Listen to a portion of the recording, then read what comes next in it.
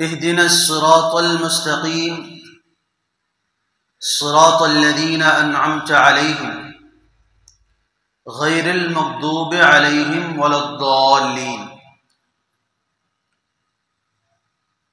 وقيل لرسول الله صلى الله عليه وسلم ما الصراط المستقيم يا رسول الله؟ قال ما أنا عليه وأصحابي. صدق الله مولانا العظيم وصدق رسوله النبي الكريم ونحن على ذلك لمن الشاهدين والشاكرين والحمد لله رب العالمين. اللهم صل على سيدنا محمد وعلى آل سيدنا محمد وبارك وسلم. اللهم صل على سيدنا محمد وعلى آل سيدنا محمد وبارك وسلم. اللهم صل على سيدنا محمد وعلى آل سيدنا محمد وبارك وسلم. تنگ دستی کے عالم میں جب میں گھبراتا ہوں، تنگ دستی کے عالم میں جب میں گھبراتا ہوں، پر در غیر پہ جاتے ہوئے شرماتا ہوں. ہاتھ پھیلانے میں محتاج کو غیرت کیسی، ہاتھ پھیلانے میں محتاج کو غیرت کیسی، شرم اتنی ہے کہ بندہ تیرا کہلاتا ہوں.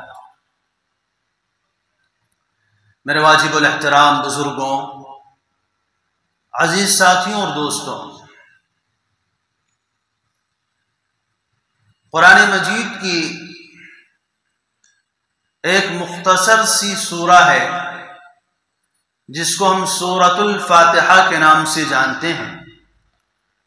اس کی 3 آیتیں میں نے آپ کے سامنے تلاوت کیا ہے اور رسول پاک صلی اللہ علیہ وسلم کی ایک مبارک حدیث پڑھنے کی سعادت حاصل کی ہے. دیکھنے میں یہ سورت تو انتہائی مختصر ہے، چھوٹی سی ہے، لیکن رسول اللہ صلی اللہ علیہ وسلم نے اس سورت کو پورے قرآن کا خلاصہ بتایا ہے. یعنی جو باتیں، جو مضامین اللہ تبارک و تعالی نے پورے قرآن میں تفصیل کے ساتھ بیان کیے ہیں، توضیح کے ساتھ بیان کی ہے، اس کا نچوڑ، اس کا خلاصہ، اس کی روح، اس کا مغز اللہ تعالیٰ نے سورۃ الفاتحہ میں رکھا ہے. عبادات میں اللہ تعالیٰ نے اس سورت کو یہ عظمت بخشی ہے، یہ مقام عطا فرمایا ہے کہ ہر نماز کی ہر رکعت میں سورہ فاتحہ پڑھنا ضروری قرار دیا گیا. اس سے اللہ تعالیٰ کی منشا یہ ہے کہ جب ہم ہر نماز کی ہر رکعت میں سورہ فاتحہ کی تلاوت کریں گے تو قرآن مجید کا جو خلاصہ ہے، قرآن مجید کا جو نچوڑ ہے، قرآن مجید کا جو پیغام ہے، وہ ہمیشہ ہمارے ذہنوں میں تازہ رہے گا. اہدنا الصراط المستقیم، یہ ایک دعا ہے. اس کے بعد کا جو مضمون ہے، اس کی بعد کی جو آیتیں ہیں، وہ اس کا تتمہ اور تکمیل ہے، اور اس کے پہلے کا جو حصہ ہے وہ اس کا خلاصہ ہے، اس کی تمہید ہے، اس کا آغاز ہے. بندہ نے جب اللہ تبارک و تعالیٰ سے کچھ مانگنا چاہا تو اللہ تعالیٰ کی اس نے حمد و ثنا کی، اللہ کی عظمت بیان کی، بلکہ اللہ تبارک و تعالیٰ نے خود اس کو اپنی تعریف کرنے کا طریقہ سکھلایا. اللہ نے جب دیکھا کہ بندہ مجھ سے کچھ مانگنا چاہتا ہے تو مانگنے کا طریقہ خود اللہ نے سکھلایا. کیونکہ بہت مرتبہ ایسا ہوتا ہے، مفکرین کا یہ کہنا ہے کہ اگر مانگنے کا ڈھنگ نہ آتا ہو، مانگنے کا سلیقہ نہ آتا ہو تو داتا کے فیاض ہونے کے باوجود محرومی کا اندیشہ رہتا ہے. اس لیے اللہ تبارک و تعالیٰ نے جب دیکھا کہ بندہ میرے سامنے کھڑا ہونا چاہتا ہے، مجھ سے مانگنا چاہتا ہے، مجھ سے فریاد کرنا چاہتا ہے، تو مانگنے کا طریقہ بھی اللہ نے خود سکھایا کہ اس انداز میں مانگو، اس طور پہ لب کھولو کہ محرومی کا امکان نہ رہے۔ چنانچہ بندہ اللہ تبارک و تعالیٰ کے وصیت کے مطابق جب نماز میں کھڑا ہوتا ہے تو اس کی زبان پر پہلا جملہ آتا ہے الحمدللہ رب العالمین۔ اس سورت کے تعلق سے اور اس نماز کے تعلق سے حدیث قدسی میں موجود ہے، اللہ تبارک و تعالی ارشاد فرماتے ہیں قسمت الصلاۃ بینی و بین عبدی نصفین نصفها لی و نصفها لعبدی۔ اللہ تعالیٰ کہتے ہیں میں نے نماز کو دو حصوں میں تقسیم کیا ہے، آدھا میرے لیے ہے اور آدھا میرے بندے کے لیے ہے۔ کہتے فَإِذَا قَالَ الْعَبْدُ الْحَمْدُ لِلَّهِ رَبِّ الْعَالَمِينَ، جب بندہ کہتا ہے کہ تمام تعریف اس اللہ کے لیے ہے جو سارے جہان کا پالنہار ہے، تو اللہ تعالیٰ کہتے ہیں حمدنی رب عبدی، میرے بندے نے میری تعریف بیان کی ہے۔ پھر جب بندہ کہتا ہے وَإِذَا قَالَ الْعَبْدُ الرحمن الرحیم، تو اللہ تعالیٰ فرماتے ہیں اثنى علی عبدی، میرے بندے نے میری ثنا کی ہے، میری توصیفیں بیان کی ہیں۔ پھر جب بندہ یہ کہتا ہے مالک یوم الدین، تو اللہ تعالیٰ فرماتے ہیں مجدنی عبدی، میرے بندے نے میری بزرگی بیان کی ہے، اپنے معاملات کو میرے حوالے کیا ہے، میری عظمت کو بیان کرتے ہوئے کہتا ہے کہ میں روز جزا کا مالک ہوں۔ میری عظمت کا، میری بزرگی کا، میری تعظیم کا، توقیر کا میرا بندہ اقرار کرتا ہے۔ پھر جب بندہ کہتا ہے ایاک نعبد و ایاک نستعین، تو اللہ تعالیٰ فرماتے ہیں ھذا نصف لی و نصف لعبدی، اس کا آدھا میرے لیے ہے اور آدھا میرے بندے کے لیے ہے۔ وَلِعَبْدِي مَا سَأَلَ، اب میرا بندہ جو بھی مانگے گا اس کو عطا کیا جائے گا۔ چنانچہ حدیث میں آتا ہے جب بندہ کہتا ہے اهدنا الصراط المستقیم صراط الذین انعمت علیہم غیر المغضوب علیہم ولا الضالین، تو اللہ تعالیٰ فرماتے ہیں هذه الآیۃ لعبدی ولعبدی ما سأل، یہ بندے نے جو کچھ مانگا ہے میں نے اس کو دے دیا۔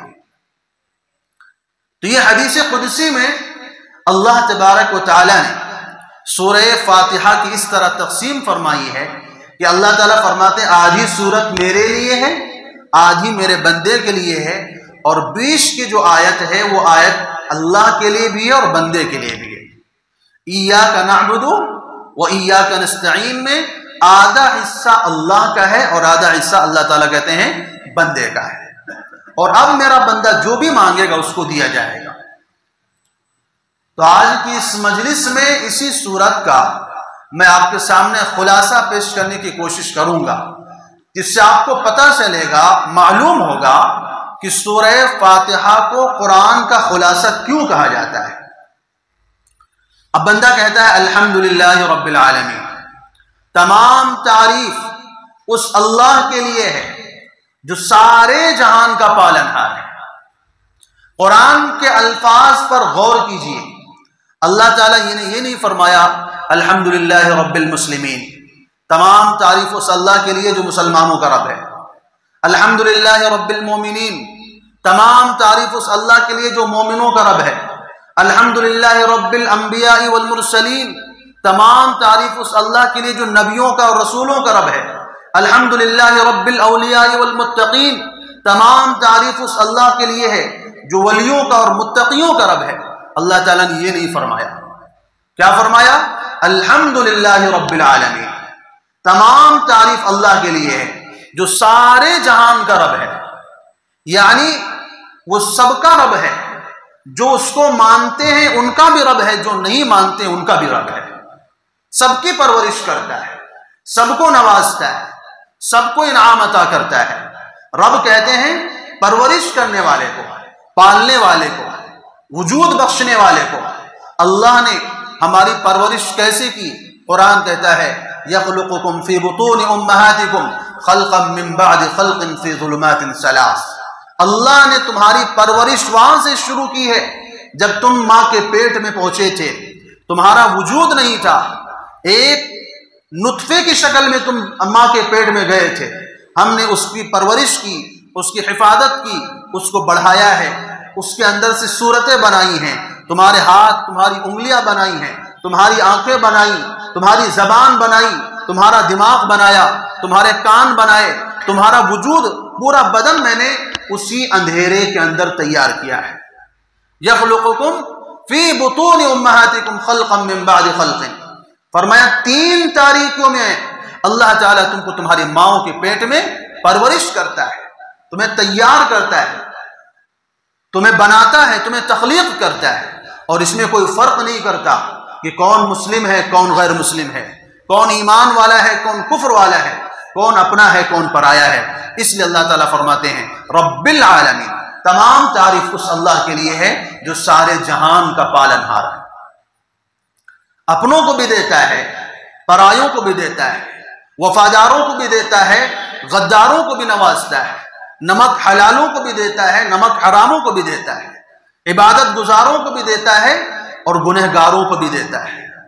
صالحین کا بھی رب ہے لیکن رزق خطا کاروں پہ بھی بند نہیں کرتا، اپنے ابراہیم کا بھی رب ہے لیکن رزق نمرود پہ بھی بند نہیں کرتا، اپنے موسیٰ کا بھی رب ہے لیکن رزق فرعون پر بھی بند نہیں کرتا، اپنے محبوب کا بھی رب ہے لیکن رزق ابو جہل پر بھی بند نہیں کرتا۔ فرمایا رب العالمین، سارے جہان کا وہ پالن ہار ہے، سب کو نوازتا ہے، اپنوں کو بھی دیتا ہے، پرایوں کو بھی دیتا ہے۔ تو یہ پہلے جملے میں اللہ تعالیٰ نے ہمیں پیغام دیا ہے کہ ہم سارے جہان کو پالنے والے ہیں، پرورش کرنے والے ہیں۔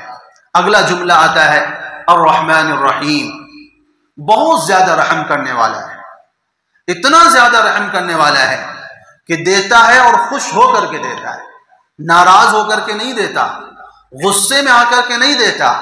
ہماری اور آپ کی فطرت میں اور اس کی فطرت میں ایک فرق ہے کہ ہم سے کوئی پیچھے پڑ جائے، مانگنے لگ جائے تو غصے میں آ کر اس کے سامنے کچھ پیسے پھینک دیتے ہیں اور ناراض ہو جاتے ہیں۔ ہم سے کوئی مانگے تو ہم ناراض ہو جاتے ہیں اور ہم سے کوئی نہ مانگے تو ہم خوش ہو جاتے ہیں، جبکہ اس کا معاملہ بالکل الٹا ہے۔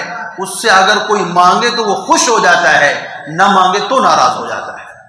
حدیث کہتی ہے من لم یسأل اللہ یغضب علیہ، فرمایا آقا صلی اللہ علیہ وسلم نے جو اللہ سے نہیں مانگتا ہے اللہ اس سے ناراض ہو جاتا ہے، اللہ اس سے ناخوش ہو جاتا ہے۔ قرآن میں اعلان کروایا وقال ربکم ادعونی استجب لکم، اے میرے بندو مجھ سے مانگا کرو، مجھ سے اپنی فریادیں پیش کیا کرو، مجھ سے اپنے مسائل بیان کیا کرو، میں تمہاری پکار کو سنتا ہوں، قبول کرتا ہوں، تمہارے مسائل کو میں حل کرتا ہوں۔ ادعونی استجب لکم، فرمایا ان الذین یستکبرون عن عبادتی سیدخلون جہنم داخرین، جو لوگ مجھ سے مانگنا نہیں چاہتے، مجھ سے مانگنے سے اعراض کرتے ہیں، تکبر کرتے ہیں اور اپنی بڑائی ظاہر کرتے ہیں کہ میں اس کے سامنے ہاتھ پھیلانے نہیں جاتا، اللہ تعالیٰ فرماتا ہے ایسے لوگ ذلیل ہو کر کے جہنم میں جائیں گے۔ تو اللہ کا معاملہ بالکل برعکس ہے، وہ مانگنے سے خوش ہوتا ہے، نہ مانگنے سے ناراض ہو جاتا ہے۔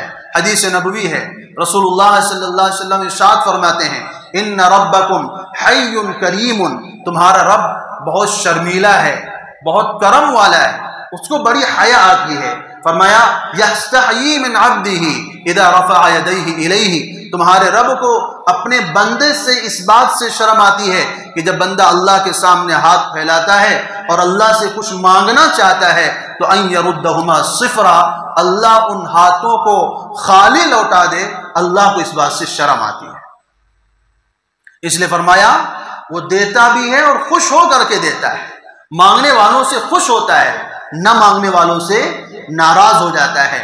قرآن کریم میں اللہ تعالیٰ نے اعلان کروایا نبئ عبادی انی انا الغفور الرحیم، میرے پیغمبر، میرے محبوب، میرے نبی، آپ میرے بندوں کو بتا دیجئے کہ میں بہت زیادہ بخشنے والا۔ تمہیں پریشان ہونے کی ضرورت نہیں ہے، مایوس ہونے کی ضرورت نہیں ہے۔ لا تقنطوا من رحمت اللہ، اللہ کی رحمت سے کبھی بھی مایوس مت ہونا۔ ان اللہ یغفر الذنوب جميعا، سارے گناہ وہ معاف کر دے گا۔ فرماتے ہیں مایوسی کا شکار مت کرنا کسی کو، بشروا نبی نے فرمایا لوگوں کو خوشخبریاں سناؤ، لا تنفرو، لوگوں کو اللہ سے دور مت کرو، اللہ سے مایوس مت کرو۔ اللہ تعالیٰ مایوس ہونے والوں کو پسند نہیں فرماتا۔ اعلان کروایا اپنے نبی کے زبانی، فرماتے ہیں اللہ تعالیٰ کہتے ہیں یا ابن آدم، اے ابن آدم، لو دعوتنی ورجوتنی، اگر تو نے مجھ سے کچھ مانگا، مجھ سے کچھ امید کی، لا اعطیتک لاستجبت لک، میں تیری اس دعا کو، تیری پکار کو قبول کروں گا، ولا ابالی، اور مجھے کوئی پرواہ نہیں ہے۔ تو کہتا ہے میرے گناہ بہت زیادہ ہو گئے، میری غلطیاں بہت زیادہ ہیں، میری نافرمانیاں حد سے بڑھ گئی ہیں۔ فرماتے ہیں تیرے نافرمانیاں کتنی ہو گئی؟ لو بلغت ذنوبک عنان السماء ثم استغفرتنی لغفرت لک ولا ابالی۔ فرماتے ہیں تو کہتا ہے کہ تیرے گناہ بہت زیادہ ہو گئے ہیں، کتنے زیادہ گناہ ہو گئے؟ فرمایا اگر تیرے گناہ آسمان کی چھت کو بھی پہنچ جائیں اور تو آئے مجھ سے کہے اللہ غلطی ہو گئی ہے، میں نے غلطی سے تیری نافرمانی کر لی ہے، تو اگر مجھ سے معافی مانگنے کے لیے آئے گا، تو میرے سامنے ہاتھ پھیلائے گا، میں تیرے ہاتھوں کو واپس لوٹنے سے پہلے تیری مغفرت کر دوں گا۔ لو اتیتنی بقراب الارض خطایا، فرماتے ہیں اگر زمین بھر کر کے گناہ لے کر کے آؤ گے، وَثُمَّ لَقِيتَنِي لَا تُشْرِكْ بِي شَيْئًا، لیکن فرمایا ایک کام کرنا ہوگا، شرک نہیں کرنا، کتنے بھی گناہ کر لینا، شرک نہیں کرنا، میرے ساتھ میری توحید میں، میری الوہیت میں، میری ربوبیت میں، میری اسماء اور صفات میں، میرے اختیار میں، میرے علم میں، میری صفات میں کسی کو شریک نہیں کرنا۔ اگر بغیر شرک کے آؤ گے، اگرچہ تم زمین بھر کر کے گناہ لاؤ گے، لقیتک بقرابھا مغفرۃ، میں تمہیں زمین بھر کی مغفرت لے کر کے ملاقات کروں گا۔ تو اللہ تعالیٰ اعلان کروا رہے ہیں کہ آؤ، مایوس ہونے کی ضرورت نہیں ہے، پریشان ہونے کی ضرورت نہیں ہے، بس اپنا دامن پھیلا کے دیکھو، اللہ سے اپنی مرادیں مانگ کر کے دیکھو، اپنے گناہوں پر آنسو بہا کر کے دیکھو۔ اعلان کرواتا ہے باز آ، باز آ، ہر آنچ ہستی باز آ، گر قبر و بت پرستی باز آ، اور ای درگہ ماں درگہ نا امیدی نیست، ای درگہ ماں درگہ نا امیدی نیست، گر صد بار توبہ شکستی باز آ۔ اللہ تعالیٰ کہتے ہیں کہ تم واپس آ جاؤ، واپس آ جاؤ، اگرچہ تم نے کفر کیا ہے، شرک کیا ہے، بت پرستی کی ہے، تم نے 1000 بار توبہ توڑی ہے، 1000 بار مجھ سے معافی مانگنے کے بعد پھر تم نے غلطی کی ہے، لیکن یاد رکھو میرا یہ دربار مایوسی کا دربار نہیں ہے، نا امیدی کا دربار نہیں ہے، تم جب بھی آؤ گے مجھے مغفرت کرنے والا پاؤ گے۔ فرماتے ہیں کہ میرے سامنے اپنے ہاتھوں کو پھیلا کے دے، ندامت کے اشک بہا کے دے، طلب کا دامن پھیلا کے دے، تیرے آنے میں دیر ہوگی، میرے راضی ہونے میں دیر نہیں ہے۔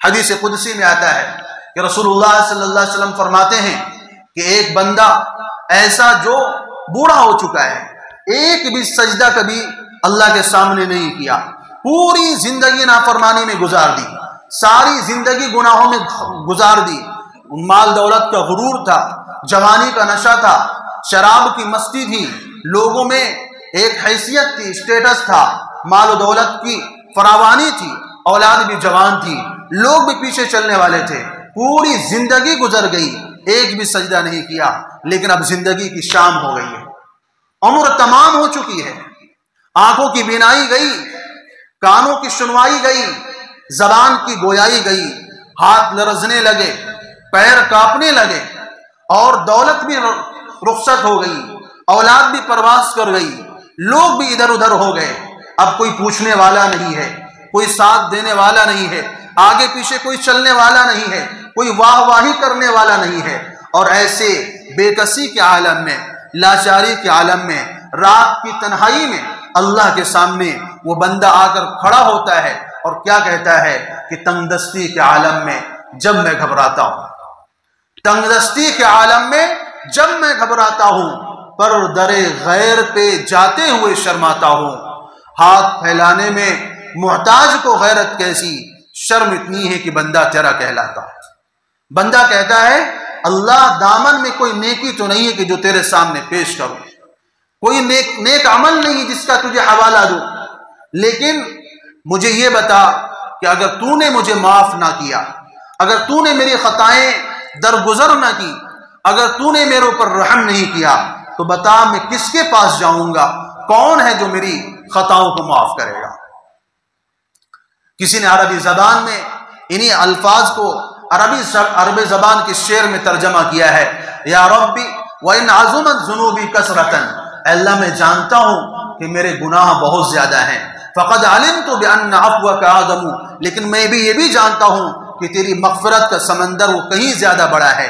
اور فرمایا کہ دعوتك وَإِنْ كَانَ لَا يَدْعُوكَ إِلَّا مُحْسِنٌ فَمَنْ ذَا الَّذِي يَدْعُوهُ وَيَرْجُو الْمُجْرِمُ، اگر تیرے دربار میں تجھ سے امید کرنے والے صرف نیک لوگ ہوں تو ہم جیسے مجرم اور گنہگار کہاں جائیں گے؟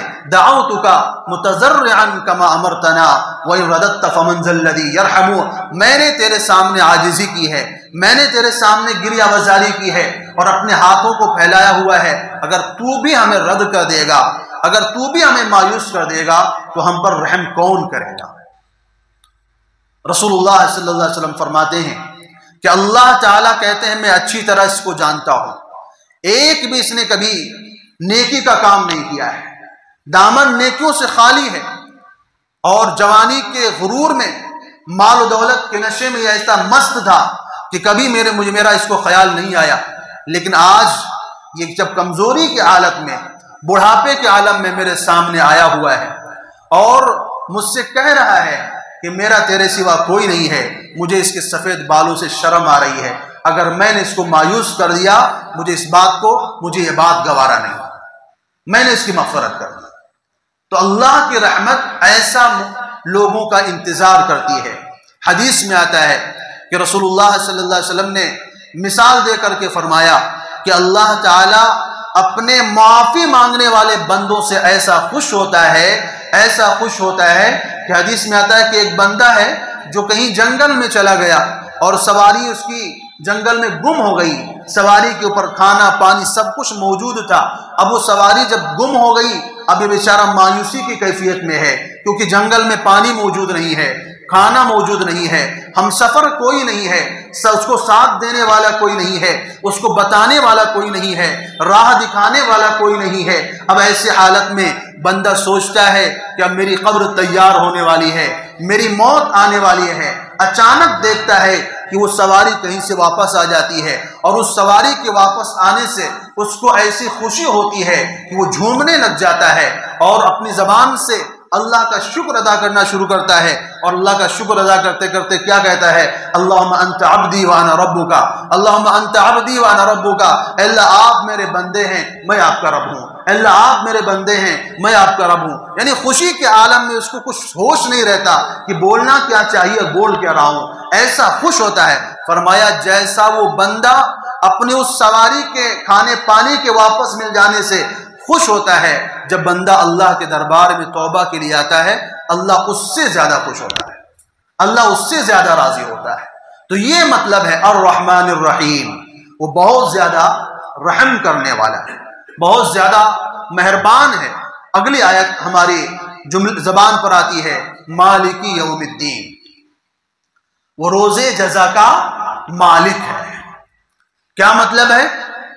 کائنات میں اور ہر ذرے کے اندر اسی کا اختیار ہے، اسی کی حکومت چلتی ہے، اسی کا بس چلتا ہے۔ میدان محشر میں ذرا غور کیجئے، ہر طرف لوگ جمع ہیں، سارے کپ کپا رہے ہیں، انبیاء بھی تھرا رہے ہیں اور اولیاء بھی کانپ رہے ہیں، تمام انسانوں کے بدن پر لرزہ طاری ہے، اور ایک آواز پورے میدان محشر میں گونج رہی ہے، لمن الملک اليوم، لمن الملک اليوم، بتاؤ آج بادشاہت کس کی ہے، آج حاکمیت کس کی ہے، آج ملکیت کس کی ہے، کون ہے آج حکومت کرنے والا؟ کہاں گئے دنیا کے بادشاہ، کہاں گئے دنیا کے حکمراں، کہاں گئے مظلوموں کو ستانے والے، لاچاروں، بے بسوں، کمزوروں کا خون چوسنے والے؟ آؤ میرے سامنے۔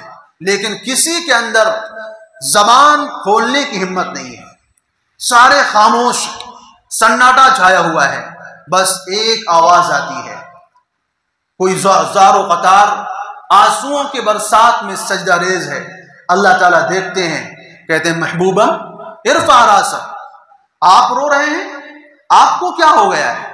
آپ تو رسولوں کے امام ہیں، آپ تو نبیوں کے امام ہیں، آپ تو صدیقین کے مقتدا ہیں، آپ تو شہداء کے مقتدا ہیں، رونا آپ کے لیے اچھا نہیں لگتا، میرے محبوب آپ کیوں رو رہے ہیں؟ محبوب صلی اللہ علیہ وسلم فرمائیں گے اے اللہ میں اس لیے رو رہا ہوں کہ میرا نام لینے والے جہنم میں جا رہے ہیں، جن لوگوں کی زبان پر میرا نام ہے، جن لوگوں کے ساتھ میں میری نسبت ہے اور وہ میرے امتی ہیں، وہ جہنم میں جا رہے ہیں، میں خوش کیسے ہو سکتا ہوں؟ اللہ تعالیٰ فرمائیں گے ارفع راسک واشفع تشفع سل تعطا، آپ کو رونے کی ضرورت نہیں ہے، آپ کا رونا بھی منظور، آپ کی عاجزی بھی منظور، آپ کی گریہ وزاری بھی منظور، آپ کی تواضع بھی منظور، آپ کے لیے رونا اچھا نہیں لگتا ہے۔ مانگیے کیا چاہیے آپ کو، بولیے، آپ زبان کھولیے، آپ کو مانگنا اچھا لگتا ہے، مجھے دینا اچھا لگتا ہے، لیکن ایک چیز پر غور کیجئے، اس حدیث کے الفاظ پر کہ اللہ تعالیٰ کہتے ہیں آپ مانگیے عطا میں کروں گا۔ مانگنا آپ کے لیے اچھا لگتا ہے، دینا میرے لیے اچھا لگتا ہے۔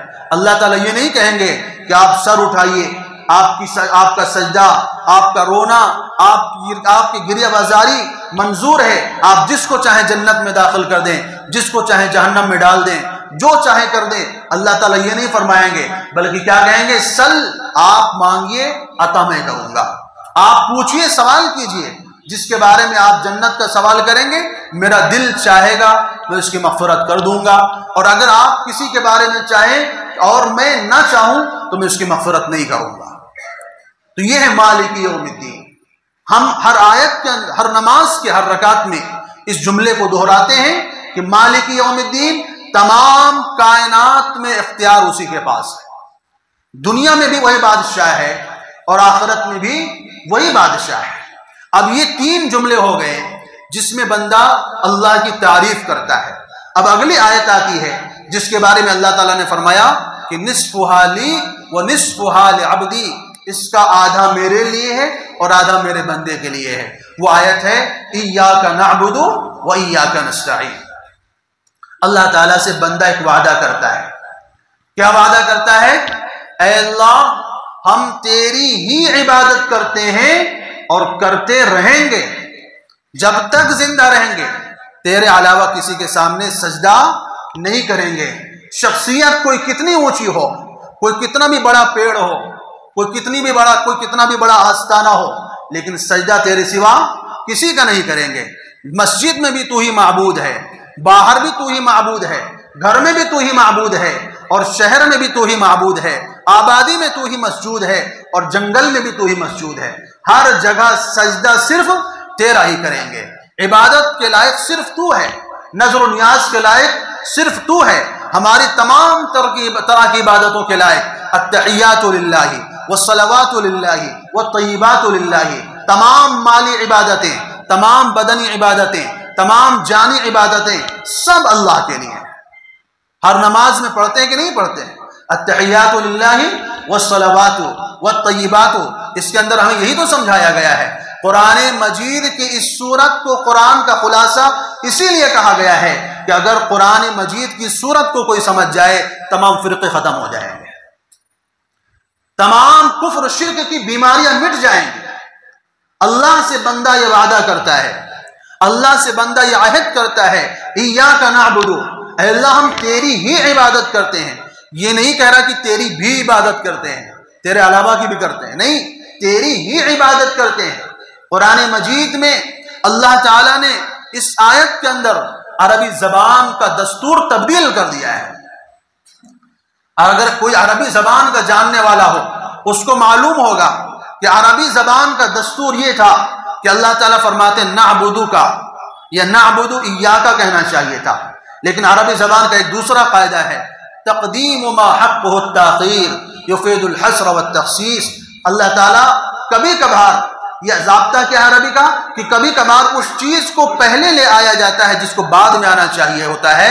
مقصد ہوتا ہے حصر پیدا کرنا، تخصیص پیدا کرنا، عربی زبان کے ضابطے کے حساب سے نعبدو ایاک ہونا چاہیے تھا، لیکن اللہ تعالیٰ کہتے ہیں ایاک نعبدو۔ ایاک نعبدو میں اللہ نے عربی زبان کا دستور اور گرامر اس لیے چینج کیا ہے کہ اللہ تعالیٰ پر حصر پیدا کرنا چاہتے ہیں کہ تیری عبادت کرتے مت کہو، تیری ہی عبادت کرتے ہیں، تیرے علاوہ کسی کی عبادت نہیں کرتے ہیں۔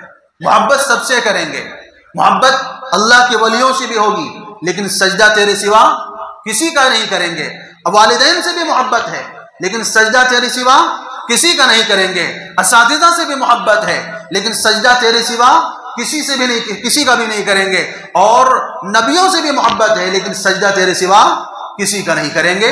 یہ اللہ نے اس آیت میں ہمیں سکھایا ہے، اور یہی وہ آیت ہے جس کی وجہ سے بار بار اللہ تعالیٰ ہمیں حکم فرما رہے ہیں کہ قرآن مجید کی اس سورت کو ہر نماز میں پڑھیں، تاکہ یہ بات تمہارے ذہن میں آ جائے، اور اللہ کے علاوہ کے معبود ہونے کا، مسجود ہونے کا، مختار ہونے کا، اور حاجت روا ہونے کا، مشکل کشا ہونے کا، مشکلات حل کرنے والا ہونے کا عقیدہ ذہن سے نکل جائے۔ یہ تصور ذہن سے نکال دو کہ ہمارے مسائل اور کوئی حل کر سکتا ہے۔ اللہ تعالیٰ نے سکھایا ہے، حدیث میں آتا ہے، آپ جانتے ہیں اس کائنات کے اندر اللہ تبارک و تعالیٰ کی ذات کے بعد اگر کوئی ہستی، کوئی شخصیت، کوئی وجود اس قابل تھا کہ اس کے سامنے سر جھکایا جائے، اس کے سامنے سجدہ ریز ہوا جائے، اس کے سامنے ہاتھ پھیلائے جائیں، تو اس کائنات میں اللہ رب العزت کے بعد رحمت للعالمین صلی اللہ علیہ وسلم کی ذات گرامی اس بات کی حقدار تھی کہ آپ کے سامنے صحابہ سر جھکایا کرتے، آپ کے سامنے صحابہ سجدہ کیا کرتے۔ لیکن حدیث ہمیں بتاتی ہے، حدیث میں آتا ہے، قیس رضی اللہ تعالیٰ عنہ کی روایت ہے، فرماتے ہیں کہ اتیت الحیرہ، میں حیرہ کے علاقے میں گیا، فرأیتہم یسجدون لمرزبان لہم، میں نے دیکھا کہ وہاں کے لوگ اپنے بڑوں کو سجدہ کیا کرتے ہیں۔ فقلت فی نفسی، میں نے اپنے دل میں کہا، میرے دل میں خیال آیا کہ جب یہ لوگ اپنے بادشاہ کو اور اپنے بڑے کو سجدہ کرتے ہیں، ورسول اللہ صلی اللہ علیہ وسلم احق ان یسجد لہ، تو نبی صلی اللہ علیہ وسلم زیادہ حقدار ہیں اس بات کے کہ ہم ان کو سجدہ کیا کریں۔ کہتے ہیں میں جب سفر سے واپس مدینہ آیا، مدینہ آنے کے بعد میں نبی صلی اللہ علیہ وسلم کی خدمت میں گیا، نبی صلی اللہ علیہ وسلم کی جب خدمت میں پہنچا تو میں نے نبی صلی اللہ علیہ وسلم کے سامنے سجدہ کرنا چاہا۔ نبی نے فرمایا یہ کیا کر رہے ہو؟ تو انہوں نے کہا اتیت الحیرہ فرأیتہم یسجدون لمرزبان لہم فانت حق ان یسجد لک، کہ اللہ کے رسول میں حیرہ کے علاقے میں گیا تھا، میں نے دیکھا کہ عرب کے لوگ اپنے بادشاہوں کو اور اپنے بڑوں کو اور اپنے مقتداؤں کو اور اپنے پیشواؤں کو سجدہ کرتے ہیں، ان کی تعظیم میں سر جھکاتے ہیں، اور اگر کسی کے بڑا ہونے کی وجہ سے اس کے سامنے سجدہ کیا جاتا ہے، اگر کسی کے صاحب عظمت اور صاحب مرتبہ ہونے کی وجہ سے اس کے سامنے سر جھکایا جاتا ہے، تو انت حق ان یسجد لک، آپ سے بڑا مرتبے والا کون ہے؟ آپ سے بڑے مقام والا کون ہے؟ آپ سے زیادہ بلندی رکھنے والا کون ہے؟ آپ زیادہ حقدار ہیں کہ ہم آپ کے سامنے سجدہ کیا کریں۔ رسول اللہ صلی اللہ علیہ وسلم فرمایا ارأیت لو مررت بقبری اتسجد لہ، اللہ کے رسول نے فرمایا بتاؤ اگر میرا کل انتقال ہو جائے اور تم میری قبر کے پاس سے گزرو گے، کیا میری قبر کو سجدہ کرو گے؟ انہوں نے کہا لا، اللہ کے رسول نہیں کریں گے۔ فرمایا فلا تفعلوا، ہرگز ایسا نہیں کرنا، ہرگز ایسا نہیں کرنا۔ قرآن کو پڑھیے، حدیث کو سیکھیے، آپ کو عقیدے کا پتہ چلے گا۔ محبت اپنی جگہ ہے، لیکن عبادت اپنی جگہ ہے۔ عبادت اللہ کے علاوہ کسی کے لیے جائز نہیں ہے۔ رسول اللہ صلی اللہ علیہ وسلم نے مرنے سے چند دن پہلے اعلان کیا لعن اللہ الیہود والنصارى، لعن اللہ الیہود والنصارى۔ بے ہوشی کی کیفیت ہوتی تھی، عام طور پر ہوش میں نہیں رہتے تھے۔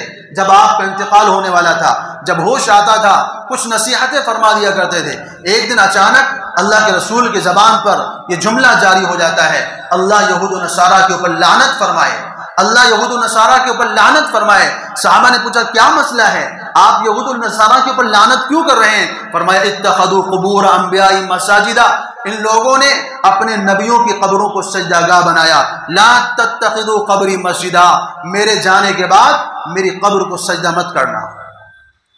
میری قبر کو سجدہ گاہ مت بنانا۔ سوچئے ذرا کس لائن پر ہم جا رہے ہیں، کس راستے پر ہم جا رہے ہیں۔ کیا یہ صراط مستقیم ہے کہ ہم جائیں کہیں بھی سر جھکا کر کے بیٹھ جائیں؟ اللہ کے رسول کا پیغام سنیے۔ جب صحابی رسول نے نبی کی زندگی میں نبی کے سامنے سر جھکانا چاہا، سجدہ کرنا چاہا، تو نبی نے کیا فرمایا؟ لو كنت آمر احدا ان يسجد لاحد لامرت النساء ان يسجدن لازواجهن۔ فرمایا اگر میری شریعت میں، میرے اس دین کے اندر، میرے اسلام کے اندر اللہ کے علاوہ کسی اور کے سامنے سر جھکانا جائز ہوتا تو میں بیویوں کو حکم دیتا کہ اپنے شوہروں کو سجدہ کیا کریں۔ کیوں؟ کیونکہ شوہروں کے حقوق ہیں بیویوں کے اوپر، ان کے حقوق کی وجہ سے میں حکم دیتا کہ بیویاں اپنے شوہروں کو سجدہ کریں، لیکن میری شریعت میں کسی کے لیے سجدہ جائز نہیں ہے۔ استاد کا شاگرد سجدہ نہیں کر سکتا، والدین کو اولاد سجدہ نہیں کر سکتی، بادشاہ کو رعایا سجدہ نہیں کر سکتی، اور نبی کو امتی سجدہ نہیں کر سکتا، اور محبوب صلی اللہ علیہ وسلم جیسے رسول کو، مقتدا کو، ابو بکر جیسا عاشق رسول بھی سجدہ نہیں کر سکتا۔ کیوں؟ اس لیے کہ شاعر نے کہا ہے، وہ جس میں عبادت کا دھوکا مخلوق کی وہ تعظیم نہ کر۔ ہو جس میں عبادت کا دھوکا مخلوق کی وہ تعظیم نہ کر، جو خاص خدا کا حصہ ہے بندوں میں اسے تقسیم نہ کر۔ یہ سر جھکانا، عاجزی کرنا، نظر و نیاز کرنا، یہ اللہ کا حق ہے، اسے بندوں میں تقسیم نہیں کرنا۔ تو یہ مطلب ہے قرآن مجید کی اس آیت کا، ایاک نعبد و ایاک نستعین۔ اب اگلا جملہ ہماری زبان پہ آتا ہے، اہدنا الصراط المستقیم، اے اللہ ہمیں صراط مستقیم عطا فرما۔ میں نے شروع میں حدیث آپ کے سامنے پیش کیا تھا کہ اللہ تعالیٰ کہتے ہیں کہ میرے بندے نے میری تعریف کی، میری توصیف کی، میری بزرگی بیان کی، اب میرا بندہ جو مانگے گا میں دوں گا۔ اللہ تعالیٰ کہتے ہیں تو نے میری تعریف کر دی، میری بزرگی بیان کر دی، مجھے خوش کر دیا، اب بتا تجھے کیا چاہیے۔ دامن پھیلا، میں دامن کو بھر دوں گا، دست سوال دراز کر، میں تیری ہر مراد کو پورا کروں گا۔ بندہ کہتا ہے اللہ صراط مستقیم عطا کیجیے۔ بندہ اللہ سے کہتا ہے اللہ مجھے مال و دولت نہیں چاہیے، بینک بیلنس نہیں چاہیے، لمبی لمبی کاریں نہیں چاہیے، بنگلہ اور کوٹھی نہیں چاہیے، وزارتیں اور عہدے نہیں چاہیے، مجھے صراط مستقیم عطا فرما، کیونکہ یہ ساری چیزیں تو تیرے دشمنوں کو بھی ملی ہوئی ہیں۔ مجھے وہ نہیں چاہیے جو تیرے دشمنوں کو ملی ہوئی ہیں، مجھے وہ چاہیے جو تیرے پیاروں کو ملی ہوئی ہے۔ کیا کہتا ہے آگے؟ صراط الذین انعمت علیہم، اے اللہ ان لوگوں کے راستے پہ چلائیے، وہ راستہ ہمیں دیجئے جن لوگوں کے پر تو نے انعام نازل کیا ہے، تیرا انعام نازل ہوا ہے۔ قرآن سے ہم پوچھتے ہیں کہ اللہ کے وہ انعام یافتہ بندے، اللہ کے وہ بندے جن کے بارے میں قرآن نے کہا ہے صراط الذین انعمت علیہم، وہ کون لوگ ہیں؟ قرآن کہتا ہے فَأُولَئِكَ مَعَ الَّذِينَ أَنْعَمَ اللَّهُ عَلَيْهِمْ مِنَ النَّبِيِّينَ وَالصِّدِّيقِينَ وَالشُّهَدَاءِ وَالصَّالِحِينَ وَحَسُنَ أُولَئِكَ رَفِيقًا۔ فرمایا انعام یافتہ طبقے چار ہیں۔ نمبر ایک نبیوں کا طبقہ، دوسرے نمبر پر صدیقین کا طبقہ، تیسرے نمبر پر شہداء کا طبقہ، اور چوتھے نمبر پر صالحین، اللہ کے نیک بندوں کا طبقہ۔ ان چار طبقوں کے اوپر اللہ نے انعام نازل کیا ہے۔ ان میں سے سب سے پہلا درجہ، سب سے پہلا مقام اور سب سے پہلا مرتبہ نبوت کا آتا ہے کہ اللہ تعالیٰ نے نبیوں کے اوپر سب سے زیادہ انعام نازل کیا ہے، اور نبیوں میں سب سے زیادہ انعام اللہ نے اپنے محبوب حضرت محمد مصطفیٰ احمد مجتبی صلی اللہ علیہ وسلم پر نازل کیا ہے۔ کیسا انعام نازل کیا؟ روایتوں سے آپ کو پتہ چلتا ہے، قرآن آپ کو بیان کرتا ہے کہ سلیمان علیہ السلام کا تخت ہواؤں میں اڑا کرتا تھا۔ وَلِسُلَيْمَانَ الرِّيحَ غُدُوُّهَا شَهْرٌ وَرَوَاحُهَا شَهْرٌ۔ سلیمان علیہ السلام اپنے تخت پر اپنے وزراء، اپنے فوجیوں، مصاحبین کے ساتھ بیٹھ جاتے تھے، اور پھر ہوا کو حکم دیتے تھے، وہ ہوا جہاں چاہتے تھے ان کو فوراً پہنچا دیا کرتے تھے۔ ایک مہینے کا راستہ ایک پہر میں طے کر دیا کرتے تھے، اتنی تیز اسپیڈ میں وہ ہوا چلاتی تھی ان کی تخت کو۔ لیکن سلیمان علیہ السلام کا جو انعام ہے واقعی بہت بڑا اللہ کا انعام ہے کہ اگر کسی کا تخت ہواؤں میں اڑ رہا ہے یہ اللہ کی طرف سے بہت بڑا انعام ہے، لیکن سلیمان کا جو تخت ہے وہ آسمان کے نیچے نیچے اڑ رہا ہے۔ قرآن کیا کہتا ہے؟ سبحان الذی اسری بعبدہ لیلا من المسجد الحرام الی المسجد الاقصی الذی بارکنا حولہ لنریہ من آیاتنا۔ اللہ نے سلیمان علیہ السلام پر انعام نازل کیا۔ سلیمان کا تخت ہواؤں میں اڑ رہا ہے لیکن آسمان کے نیچے نیچے اڑ رہا ہے۔ اللہ نے اپنے محبوب پر انعام نازل کیا۔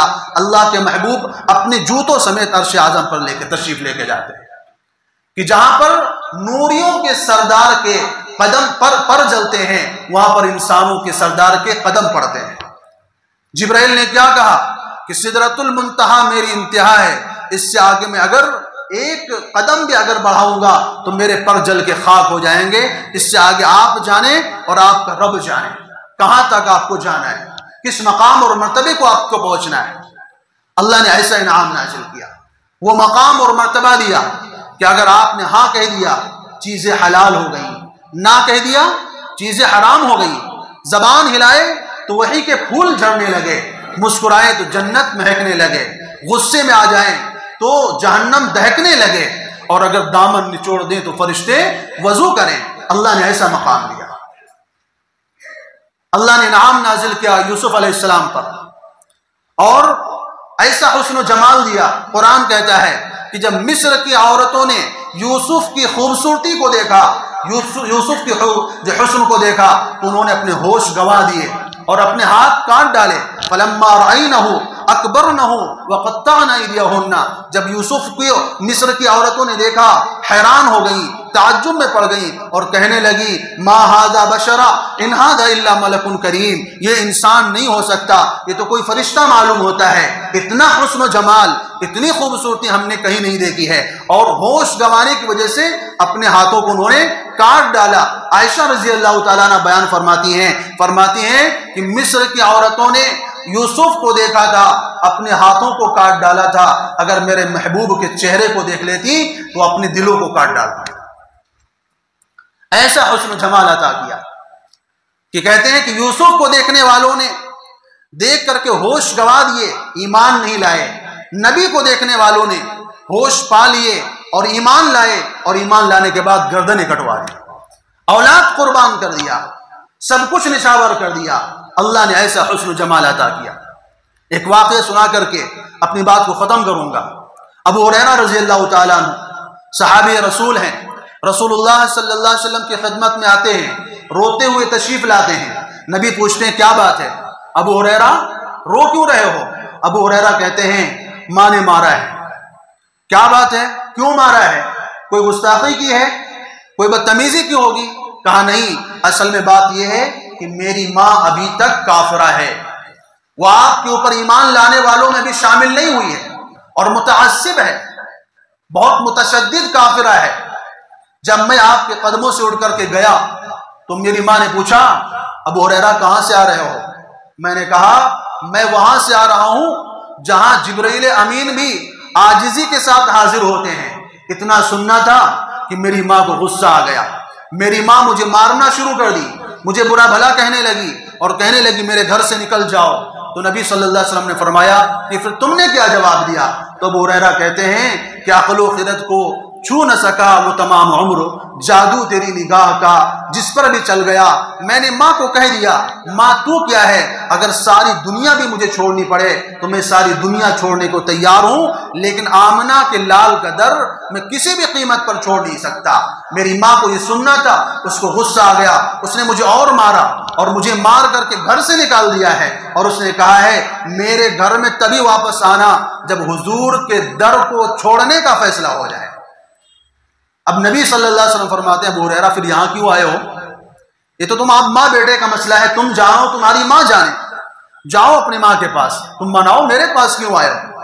تو ابو ہریرہ کہتے ہیں میں اس لیے آیا ہوں تاکہ آپ دینے والے سے میری ماں کے لیے ایمان مانگ لیجیے، اللہ سے دعا کیجئے کہ اللہ میرے ماں کو ایمان کی دولت سے نواز دے۔ فوراً نبی صلی اللہ علیہ وسلم نے آپ اللہ کے دربار میں ہاتھ اٹھا دیے دعا کے واسطے، اللہم اہدی ام ابی ہریرہ، اللہم اہدی ام ابی ہریرہ، اے اللہ ابو ہریرہ کی ماں کو ایمان عطا فرما، اے اللہ ابو ہریرہ کی ماں کو ہدایت عطا فرما۔ ادھر نبی کی زبان سے دعا شروع ہوئی، ابو ہریرہ وہاں پر ٹھہرنا گوارا نہیں کیے، فوراً دوڑ لگا دی گھر کی جانب۔ کسی نے دیکھا کہ ابو ہریرہ تم جیسا بزرگ درویش اور صوفی آدمی جو کبھی تیز قدموں سے چلتا نہیں ہے، آج دوڑتے ہوئے جا رہے ہو، کیا بات ہے؟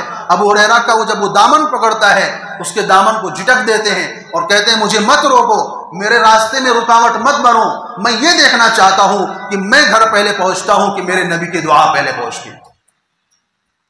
ابو ہریرہ کہتے ہیں میں گھر گیا، گھر جانے کے بعد دروازے کو کھٹکھٹایا، اندر سے آواز آئی من بالباب، کون ہے دروازے کے اوپر؟ کہتے ہیں ماں کے لہجے سے مجھے محسوس ہو گیا کہ نبی کا تیر نشانے پہ لگ چکا ہے، نبی کی دعا قبول ہو چکی ہے، کفر کی جو تلخی تھی اور جو کڑواہٹ تھی وہ رخصت ہو چکی ہے، لہجے کے اندر نرمی آ گئی ہے، حلاوت آ گئی ہے۔